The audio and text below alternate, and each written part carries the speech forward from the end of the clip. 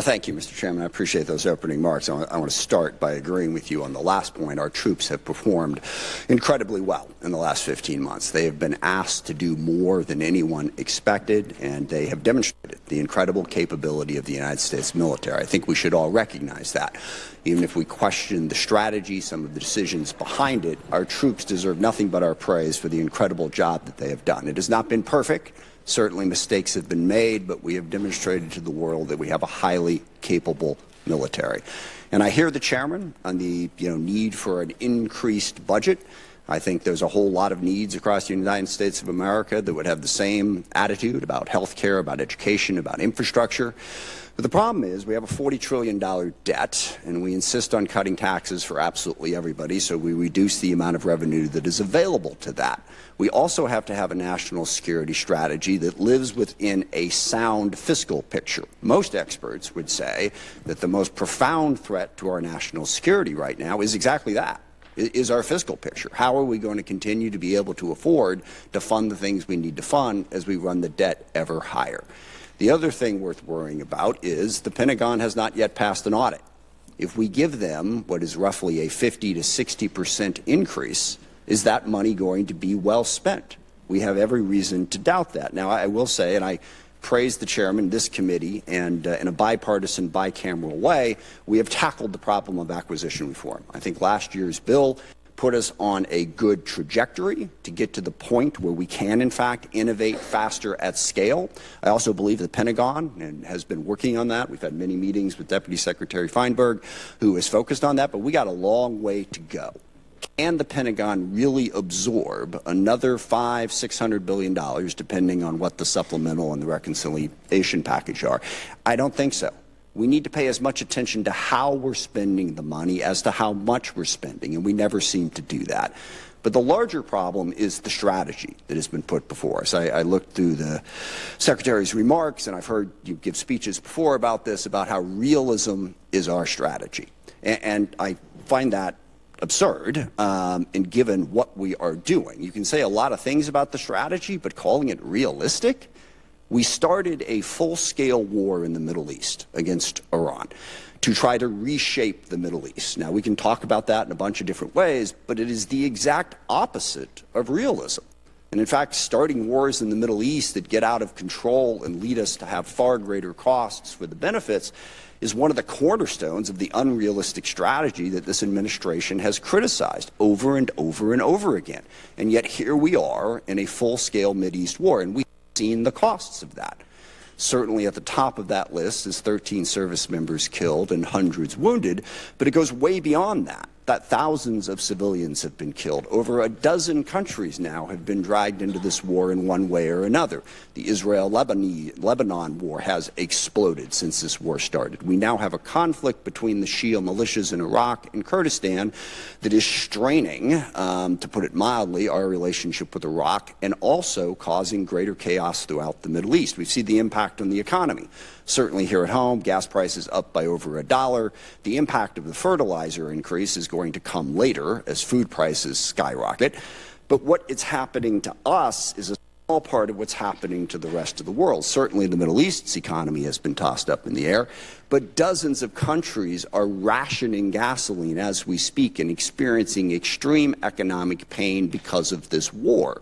So there's nothing realistic about that.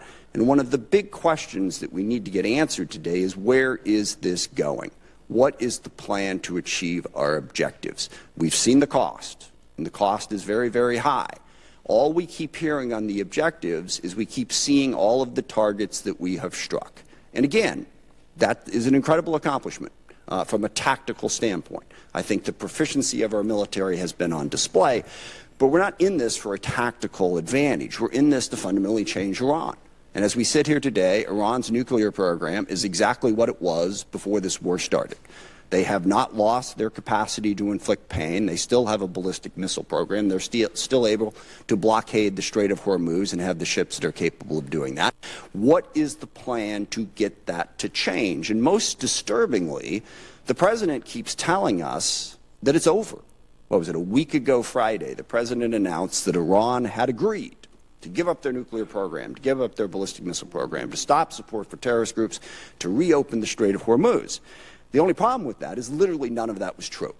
He was completely making it up. It wasn't. Iran hadn't even agreed to meet with us, as became embarrassingly clear as the day spun out and poor J.D. Vance had to keep going back and forth to the airport. We never even had a meeting. So wish fulfillment is not really a strategy. I mean, maybe the president thinks he's doing some sort of Jedi mind trick and he can tell Iran, you will give up your nuclear weapons, and they automatically will. But that's not working. So what we need to hear today is what is going to work. We have 50,000 troops in the region who are still at risk. How are those tactical victories going to translate into some sort of strategic success? And by the way, this is one of the things that realism recognizes. You can win a whole lot of little small battles and lose the war, which is why you don't stumble into the war in the first place. But at the same time, we're doing all of this on our own, as we increasingly push away all of our allies. Sometimes just because we want to do what we want to do, we don't want to have to consult them, sometimes just gratuitously insulting them. I mean, in the middle of this war where we were asking NATO to come join us, the president took time out to insult President Macron and his wife. Okay, how is that helping us to try and belittle everybody in the world? And I also, for the people who are criticizing NATO over this war, I will remind people that NATO is a defensive alliance. What that means is every country in it pledges to defend a country if attacked. And when we were attacked on 9/11, that's what NATO did. They put in Article 5, and for 20 years they fought beside us. NATO is not if any one of the countries decides to unilaterally and unwisely start a war precipitously that everyone else is supposed to join. That's not the way it works. So berating and belittling our allies after we did that and driving them ever further away from us, how is that realistic? Not only are we going to try to reshape the Middle East, but we're going to do it alone, while we're pushing everybody away from us. And then we have other tools in our arsenal. You see that those numbers on the budget, but the State Department's really important. Development is really important. These are ways to achieve our ends, and we have moved away from that. We got rid of the entire USAID, literally causing the starvation of children in countries where we had pledged to provide food, causing massive healthcare disruptions, people literally dying because we cut that off. In diplomacy, we have sidelined, again, the entire world. France and the UK have brought together 44 different countries that have an interest in trying to open up the Strait of Hormuz. We've pushed them all aside. And then we've even pushed aside our own diplomatic corps. We have a very, very talented State Department. I praise today the talent of our military, and I will stand by that. They deserve that praise. Our diplomatic corps deserves that praise too. But we've shoved them all to the side in favor of two real estate guys who are going to go negotiate all the deals in the world, which to date, by the way, has yielded exactly nothing. So there's nothing realistic about starting a war in the Middle East, going it alone, and pushing aside all diplomacy and all development and all other tools in our arsenal. And on top of that, of course, we also want to dominate the entire Western Hemisphere, including apparently annexing Canada and invading Greenland. How is any of that realistic? And then the administration comes before us and asks for what is a hopelessly unrealistic budget in this environment. Back on that chart there, when we were showing how much money we were spending on defense, we had a balanced budget.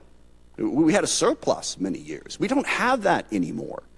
So call this strategy whatever you want to call it, but please don't call it realism. It's not. Forgive me, it reminds me of one of my favorite lines from A Princess Bride. It's a tense morning. I want to lighten it up a little bit. But the guy keeps saying, inconceivable, when things happen. And finally the guy says to him, you keep using that word. I don't think you know what it means.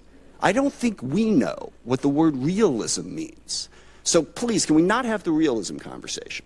Let's have the conversation about what the strategy actually is. And I'm sure you have a different definition of it than I do. But as I look at it, the strategy seems to be to use as much violence, as much threats, as much coercion as possible to bend the world to our will. I think that is a very dangerous strategy, because one of the oldest cliches in the military is the enemy gets a vote. And we may think that we can stand up and talk tough and talk about how strong we are and how we're burying our enemies and they're begging for a deal. We can do that all day long, all right? But the enemy gets a vote. They don't have to do what we tell them to do. And meanwhile, that coercive, violent strategy undermines our credibility in the world, because the chairman is absolutely right. And this is one area where I strongly disagree with the folks on the far left who say that we don't really face any threats, that the U.S. is a malign influence in the world and always has been. I don't agree with that. China, Russia, Iran, North Korea, Hezbollah, Hamas, the Houthis, variety of other transnational terrorist groups, including, yes, narco-terrorists and human traffickers over here. They all are trying to weaken us, all right? They don't want a rules-based order. They want to play by their own rules. They want to push us aside. We want to be the side that stands up for the rules. But if what we're saying to the rest of the world is stick with us because we're a better bully than China, we coerce countries more effectively, that undercuts the very message we're trying to spread to build the coalition we need to be successful. I also worry about the values that we're showing the world. When the president threatens to kill off an entire civilization, that is the message coming out of the United States of America. If we are going to be this big, powerful force that throws our weight around the world wants to know at a minimum that we're doing it for the right reasons and with a sense of values to protect people, not to destroy entire civilizations. And we all hear that and we all go, well, gosh, he probably doesn't mean it. Well, that is so reassuring, okay, that he's just making it up. We're supposed to be the United States of America. I grew up on stories of the U.S. at the end of World War II being the country that the Germans wanted to surrender to, not the Russians, because they knew they could trust our values. We don't seem to care about those values. No rules of engagement. Give them no quarter. All right? That is not who we are supposed to be. And just one final point on that. The girls' school that got hit in the first days of this war, there is absolutely no question at this point what happened. We made a mistake, and that happens in war. We identified this target based on earlier charts, and yet 2 months after it happened, we refused to say anything about it, giving the world the impression that we just don't care. We do not care about the casualties and the chaos that is caused by our war, and we should care, even if we want to prosecute that war. Now, I agree with the chairman. We need a strategy. We face the most complex threat environment that we've faced in a very, very long time. So we really want to hear from the administration. Don't give us this realism, chest-thumping stuff. What are we really going to do to meet those threats, to deal with the challenges we face? And I'll close just by saying one of the other ironies of this, of course, is we have a great example in the world right now of what our strategy should be and where our values should be, and that's Ukraine. And I'm really curious, here we are, we roll out the red carpet for Vladimir Putin. We belittle and insult President Zelensky in the White House. He has no cards, right? Well, here we are a year after that. Looks like he had a couple cards to play, because Ukraine is actually winning against Russia. Ukraine, a sovereign democracy standing up against a brutal, oppressive, coercive dictatorship. And we can't even bring ourselves on a consistent basis to say, we are with Ukraine and we are against what Putin is doing, and stand up and support them. So I want to see that strategy to meet the complex threat environment that we have. But simply saying we've already won and boasting and bragging and trying to belittle and insult the entire world, that's not going to get us to the posture that we need. So I hope we have a conversation about how we can build a strategy that makes sense and is actually realistic. With that, I yield back.